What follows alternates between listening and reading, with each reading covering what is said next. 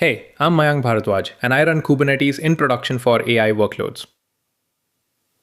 By the end of this video, you won't have memorized Kubernetes architecture. You'll have designed it, box by box, until you could draw it from memory. Here's the problem that forced it into existence.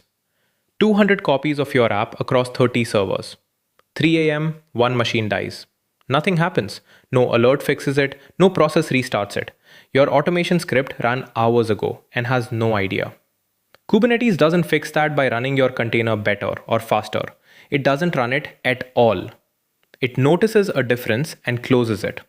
Every box we draw exists to make that sentence true, with nobody awake. So let's draw the first one. Rewind to 2015. A competent team facing this exact job wouldn't wing it. They'd reach for Ansible or Puppet to define what each of those 30 servers should run, and systemd to keep those processes alive on each box. That's genuinely good engineering.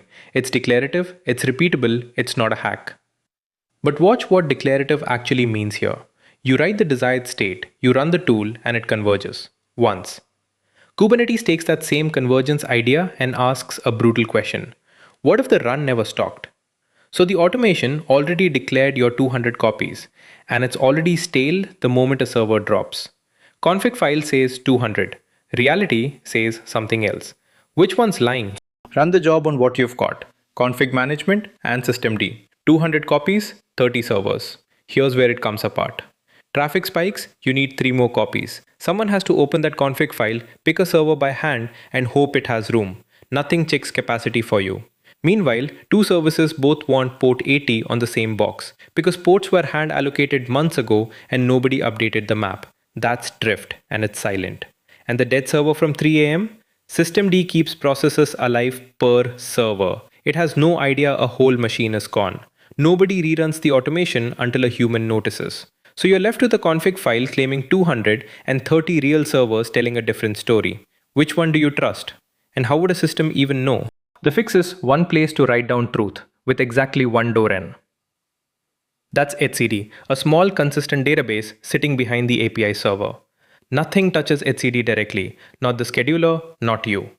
Every write goes through that one door, gets validated, and lands as the single record of desired state. No more config file in one hand, real servers in the other, each telling a different story. Run the job again, 200 copies, declared once, stored once. Drift between the doc and reality stops being a mystery. There's only one place truth lives now. But writing 200 down doesn't start a single container. Who actually picks which of the 30 machines runs each one? The scheduler answers that. It watches the API server, sees your desired count doesn't match reality, and picks a machine, checking available memory and CPU on all 30 servers, not guessing. But picking a machine isn't the same as running anything.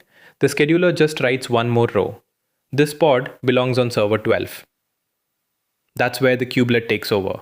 It's an agent running on every server, managed by systemd. Same tool from 2015, new job. It watches the API server for work assigned to its own machine, then talks to the container runtime to actually start the container. Machine chosen, container started. Nobody touched a keyboard. So the container is running now at 3 a.m. on server 12. What happens the moment it dies? A controller notices. That's the whole answer. A control loop watching the API server, comparing what's declared against what's actually running, and closing the gap the second they disagree. No human, no ticket, no 3 a.m. page. This is your Ansible run turned into something that never stops executing. It doesn't converge once and quit. It converges forever. And here's the piece that quietly matters. The thing being scheduled isn't a container. It's a pod. One unit the controller can watch, count, and replace as a whole. Delete one, the loop sees 199 and schedules a replacement automatically. But the scheduler, the controllers, the kubelet, they're all separate processes. How do they agree on reality without every one of them hammering etcd directly? Nobody hammers etcd. Everyone watches the API server instead. The scheduler, the controllers, every kubelet, they all open a connection and get told the instant anything changes. That's it. That's the sync mechanism. So etcd only ever hears from one caller, and there's no argument about who's allowed to write. Arrows point into the API server from every direction, and nothing points into etcd except the API server itself. Run the job again. 200 desired, watched everywhere, enforced continuously. The count holds. Every box here is one you just built. Those four, etcd, the API server, the scheduler, the controllers, have a name. The control plane. They decide what should be true. The machines underneath, each running a kubelet, are your worker nodes. They make it true. But does this loop actually survive contact with a real breaking cluster? Let's prove it on a real cluster. 3 pods, all running. That's the deployment holding the count you declared. Take one of those names and delete it by hand. Kubernetes confirms the deletion. That pod is gone from the default namespace. Now list them again. Still 3. There was a moment when only 2 existed, and it was over before I could finish typing the next command. Look at the age column, 4 seconds. Look at the name. The last 5 characters changed. That is not the pod you deleted. Nobody scheduled the replacement. The loop saw 2 against a declared 3 and closed the gap. It survives. You watched it. Delete a pod, it comes back. No human involved. That's not a whiteboard story, that's a running loop. But it just works, hides 2 real choices you're now locked into.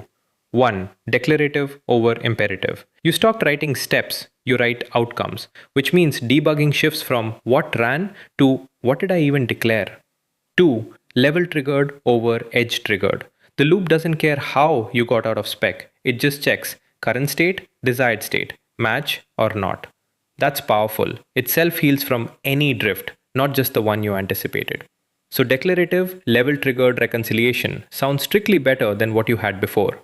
What does that cost you the day something actually breaks? Here's the answer. That cost outweighs the gain the moment your team can't afford to debug intent instead of output. If nobody on your team can read a control loop and ask, what state did I actually declare, Kubernetes will hurt you. Concretely, Kubernetes hands you the reconciliation loop, but not networking across nodes, not ingress, not logging.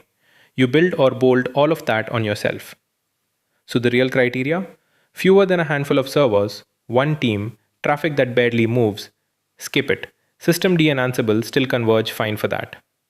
But 200 copies across 30 machines, changing constantly, needing self-healing at 3 a.m.? That's exactly the job this loop was built for. Same mechanism either way. It never runs your container, it notices a difference and closes it. So next step, concretely. Go build the thing yourself. Spin up a small cluster, even 3 nodes, declare a replica count, kill a pod, and watch the loop close the gap with your own eyes. Reading about reconciliation isn't the same as watching etcd, the API server, the scheduler, and the kubelet actually earn their names in real time. And once you've watched it, you'll never see Kubernetes as a thing that runs containers again. It's a loop that never stops asking what's different. That's the whole architecture, built from one sentence outward. Now it's your turn. What system should I take apart like this next? Drop it in the comments and I'll build it from scratch on camera.